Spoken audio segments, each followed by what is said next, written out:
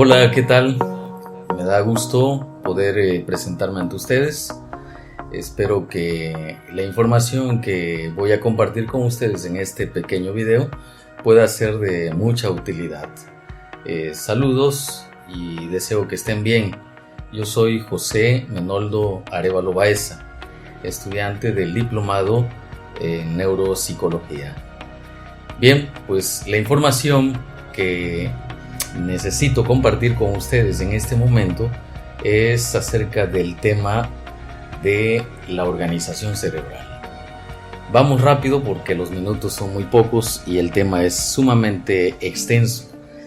Aquí en mis manos tengo una representación en maqueta muy básica, muy elemental acerca de el cerebro y sus componentes. Ustedes pueden ver en esta maqueta pues lo más cercano a la forma de un cerebro, y aunque ustedes lo ven aquí con una representación de colores que más adelante estaremos explicando el por qué esa representación, el cerebro tiene en su forma natural un color como este. Pero en esta maqueta ustedes pueden observar las secciones importantes del cerebro o del encéfalo en este caso. Aquí vemos en la representación de colores la masa encefálica compuesta por lóbulos y por hemisferios. Aquí vemos en esta parte café el cerebelo, y aquí vemos el tallo cerebral, que ya más adelante estaré explicando esto. Y si ustedes pueden observar aquí, van a ver los llamados pares craneales o los 12 pares craneales que salen desde el tallo, se van hasta sus partes importantes de conexión para proporcionar los impulsos necesarios. Ya estaremos hablando a detalle en algunos minutos más adelante. Lo que me interesa es de que ustedes en esta maqueta observen que aquí tengo de frente el lóbulo frontal, pero al hacerlo así podrán ver una línea que divide el cerebro, gráficamente explicándolo. Por el lado derecho tenemos al hemisferio derecho y por el lado izquierdo al hemisferio izquierdo. Este surco divisorio tiene un papel muy importante. Una de ellas es precisamente eso, hacer la división cerebral.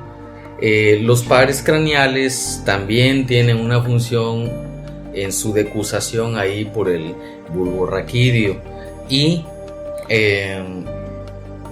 yo quisiera que ustedes vayan conmigo viajando a algunos gráficos en donde iremos explicando un poco más a detalle esto. ¿Les parece? Vamos a viajar a algunas partes del interior y algunas partes vistas desde el exterior del cerebro y de sus componentes y de sus secciones que acabo de mencionar. Bien, el cerebro es el órgano que nos hace pensar, sentir y actuar. Eso lo sabemos todos. Es el asiento de múltiples y diferentes acciones, desde luego, pero tanto conscientes como no conscientes, que nos permite responder a un mundo en continuo cambio y que demanda respuestas rápidas y precisas. El cerebro se considera como el encéfalo y queda comprendido en él los dos hemisferios, como les decía hace un momento, o las dos mitades cerebrales. De allí viene el diencéfalo, el tronco encefálico y el cerebelo, que son sus secciones importantes o las secciones importantes. El encéfalo, si hablamos anatómicamente, dándole una explicación rápida, una visión rápida del cerebro, el encéfalo pesa aproximadamente 1.3 kilogramos y su tamaño es de 1.380 centímetros cúbicos. Está alojado en la cavidad craneal que lo protege con su cubierta ósea del medio externo, y está envuelto por unas membranas meningias y bañado por el líquido cefalorraquídeo. De alguna forma Mediante la abertura del agujero magno, el encéfalo se continúa con la médula espinal, que es una estructura compacta que contiene múltiples circuitos intramedulares y haces de fibras nerviosas ascendentes y descendentes que permiten al cerebro dirigir o supervisar la sensación y la acción del resto del cuerpo. El cerebro, ya entrando plenamente a su organización, tiene miles de millones de células nerviosas llamadas neuronas y al menos el doble de otras células conocidas como células gliales. Las neuronas prácticamente son los ladrillos con los que está construido el cerebro y su propiedad más desarrollada pues es recibir, procesar y transmitir información mediante la emisión de impulsos bioeléctricos a cientos de otras neuronas. Esta aparentemente enmarañada red de neuronas se organiza en la corteza cerebral a nivel de microscopio, en varias capas, 6, cada una con unas entradas llamadas señales aferentes y salidas llamadas señales eferentes o eferencias, diferentes desde luego, conectado con partes específicas del sistema nervioso. A la organización en capas se le superpone una organización modular, que permitiría el tratamiento específico de ciertas informaciones por conjuntos de neuronas. La complejidad de la organización del sistema nervioso humano sigue planteando importantes retos a la ciencia sin duda alguna. Aunque mucho se ha avanzado en las últimas décadas, el cerebro tiene muchos campos por estudiar todavía y aún los campos estudiados tienen muchas vías de investigación aún. Al inicio de este video les comentaba que el cerebro tiene dos hemisferios, dos mitades, unidos por varios puentes. El mayor es el cuerpo calloso con millones de fibras nerviosas que comunican ambos lados. Cada hemisferio cerebral tiene unos territorios definidos como lóbulos centrales, delimitados por grandes surcos o llamados fisuras. Estos lóbulos son el frontal, el parietal, el temporal, el occipital. Hay una diferenciación y complementariedad de funciones entre cada uno de ellos. Ninguno trabaja para sí solamente su forma o su mecanismo. Hay un trabajo interrelacionado entre estos lóbulos. A modo esquemático se puede decir que el lóbulo frontal es el encargado de decidir la conducta motora apropiada en cada paso.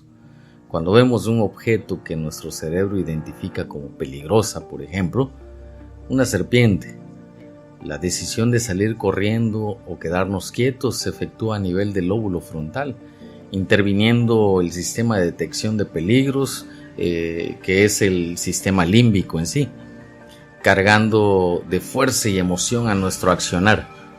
Otro ejemplo más cotidiano, pero no menos significativo, se da diariamente cuando colocamos la mano de forma diferente para coger una taza o una cuchara. La manera que la mano actúa, el plan motor, se define y decide en el lóbulo frontal. En el lóbulo frontal hay una banda de tejido a modo de capa anatómico de nuestro cuerpo llamado el homúnculo motor, donde el tamaño de cada segmento corporal es proporcional a la complejidad del movimiento y acción a realizar. Así, la mano, los dedos, la cara tienen en este mapa llamado homúnculo una mayor extensión de los hombros o las caderas. El lóbulo frontal está muy desarrollado en el ser humano, albergando importantes tareas no motoras como la planificación de conducta, el control de nuestras emociones, el razonamiento y juicio, que son funciones complejas, no siempre fáciles de analizar en el paciente con ictus, por ejemplo. Las tareas responsables de estas habilidades están por delante de las consagradas a la función motora o áreas premotoras y prefrontales. Para actuar necesitamos información de nuestro entorno y de nuestro propio cuerpo. Así, siguiendo con el ejemplo de la taza de café, no podríamos realizar una tarea tan sencilla, o si no detectáramos mediante nuestros sentidos el peso de la cuchara que movemos, el tamaño de esta, el mapa de dónde está nuestra mano y el recorrido que debemos realizar.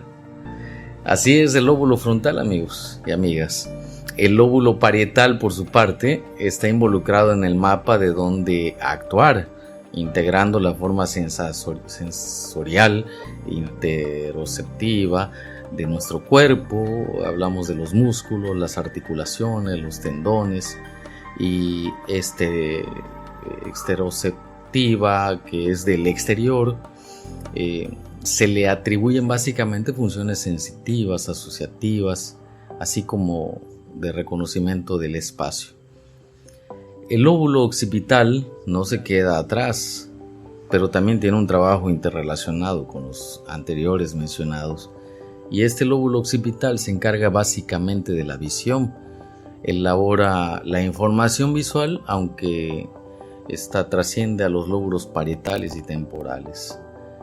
El lóbulo temporal es el asiento de los últimos peldaños del procesamiento auditivo, así como el lugar donde en su cara medial asientan importantes estructuras de la memoria. Hablamos del hipocampo, desde luego, y del sistema emotivo inconsciente, que se refiere al sistema límbico. Pero los dos hemisferios cerebrales no hacen lo mismo. En los seres humanos se reconoce una lateralización de funciones, es decir, la construcción de este mecanismo se ha encargado de sacar mayor partido mediante una división de trabajo entre las dos mitades del cerebro. Así, para el lenguaje del hemisferio que construye toda la producción y comprensión, que es habitualmente el hemisferio izquierdo, destacando las siguientes áreas: la porción inferior del lóbulo frontal, que es el área de Broca, la región del lóbulo temporal lateral y superior, el área de Wernicke, como lo estamos viendo ahorita en el gráfico, y las zonas circundantes entre estas áreas. La mayor parte, les aseguro que la mayor parte de la población tal vez es diestra, o puede ser diestra, o es diestra, lo que significa que su mano más hábil, es la derecha, y el lado izquierdo del cerebro es el que domina dicha mano. Todos los diestros deben de saber que el lado derecho del cerebro es quien domina su flanco derecho, y viceversa, y la mayoría de los aspectos del lenguaje también quedan ahí en ese dominio. Así como el desarrollo y la división del trabajo en la humanidad consiguió enriquecer las artes y la ciencia hasta niveles desconocidos anteriormente, este asunto, reparto de las funciones entre el lado derecho y el izquierdo del cerebro, habría posibilitado el desarrollo de nuestras más refinadas habilidades intelectuales. Pero el cerebro, pese a dividirse el trabajo entre diversas regiones y hemisferios, funciona como una unidad, logrando en tiempo real una acción coordinada y precisa. Y eso es lo sorprendente. Por debajo del manto cortical está el córtex cerebral, que es ese manto. Está la sustancia blanca cerebral, por ahí por debajo de ese córtex cerebral, por donde cruzan los haces o manojos de fibras nerviosas, cada uno con rumbo y tipo de información diferente. Debajo de esta sustancia blanca se localizan los núcleos grises profundos, o llamados ganglios basales, que intervienen en múltiples funciones, especialmente en la conducta motora. Y por allá nos vamos encontrando con el diencéfalo. Está entre y algo por debajo de los dos hemisferios, formado por el tálamo y el hipotálamo. El tálamo es la estructura que sirve de estación de procesamiento de información sensitiva, motora, e interviene en el nivel de atención y alerta. El hipotálamo, siguiendo hacia abajo, tiene un rol central en la integración y regulación de las funciones automáticas y hormonales. Las relaciones del diencéfalo hacia arriba con los hemisferios cerebrales y hacia abajo con el tronco del encéfalo, lo convierten en la gran puerta de entrada al cerebro. El troncoencéfalo es asiento de importantes funciones vegetativas que, mediante automatismos bien conservados en el curso evolutivo, consiguen reajustar nuestro organismo a las diferentes situaciones. Estos automatismos, fíjense, nos permiten seguir respirando mientras dormimos, por ejemplo, o despertarnos preparándonos para la acción cuando un ruido intenso e inesperado rompe el descanso nocturno. Finalizamos nuestro recorrido por allá con el cerebelo, que ocupa su posición por detrás y debajo del cerebro. Esa parte cafecita que les mostré en la maqueta al inicio de este video, conectando ahí con el tronco cerebral, y a través de con el cerebro y la médula espinal se encarga fundamentalmente de la coordinación motora, determinando el ritmo y ajuste perfecto de nuestros movimientos, así como el aprendizaje motor. El troncoencéfalo se continúa al salir del cráneo, o sea, la cabeza, con la médula espinal que transcurre por el canal raquídeo, o sea, la columna, y que raramente se afecta en el ictus, por lo que aquí se acaba prácticamente nuestro recorrido. Miren amigos, el tiempo es muy largo y yo ya me he contrarrepasado y es difícil poder sintetizar una información tan importante acerca de la organización cerebral, o a lo mejor no lo hice tan bien en cuestiones de síntesis, pero yo quisiera decirles que es importante que nosotros sepamos dentro de la neuropsicología estos componentes organizacionales del cerebro, porque podemos tener múltiples pacientes que a lo mejor piensen que tienen ellos algún problema psicológico, cuando que el problema es, por ejemplo, neurológico, o de alguna alteración de la sensibilidad. Acuérdense que la alteración de la sensibilidad es el déficit neurológico, que también puede afectar el lóbulo parietal y otras vías sensitivas somáticas. Por ahí trastornos del habla, por ejemplo, algún paciente con trastornos del habla, o la llamada afasia, que es cuando el lóbulo temporal resulta dañado por el ictus en el lado izquierdo dominante, en su área encargada del habla, y puede ocasionar una incapacidad para entender el lenguaje hablado, que estamos refiriéndonos a la afasia de Wernicke o de comprensión, aunque la persona pueda decir palabras a buen ritmo pero sin sentido. Podemos tener pacientes con estos asuntos, y el neuropsicólogo debe de conocer precisamente el posible origen de esto y hacer los estudios o las derivaciones correspondientes. Podemos tener pacientes con problemas de la audición por algún golpe, por alguna lesión leve o tal vez mayor, no lo sé. De acuerdo al HC de cada paciente nos daremos cuenta de ello. Bien amigos y amigas, ¿qué tal? Espero que haya sido importante la información. No se puede hablar a muchos detalles y con información más profunda, pero espero haber sido conciso en cuestiones de la organización cerebral. Me dio mucho gusto dialogar con ustedes. Cuídense y hasta pronto. Su amigo y servidor, José Arevalo.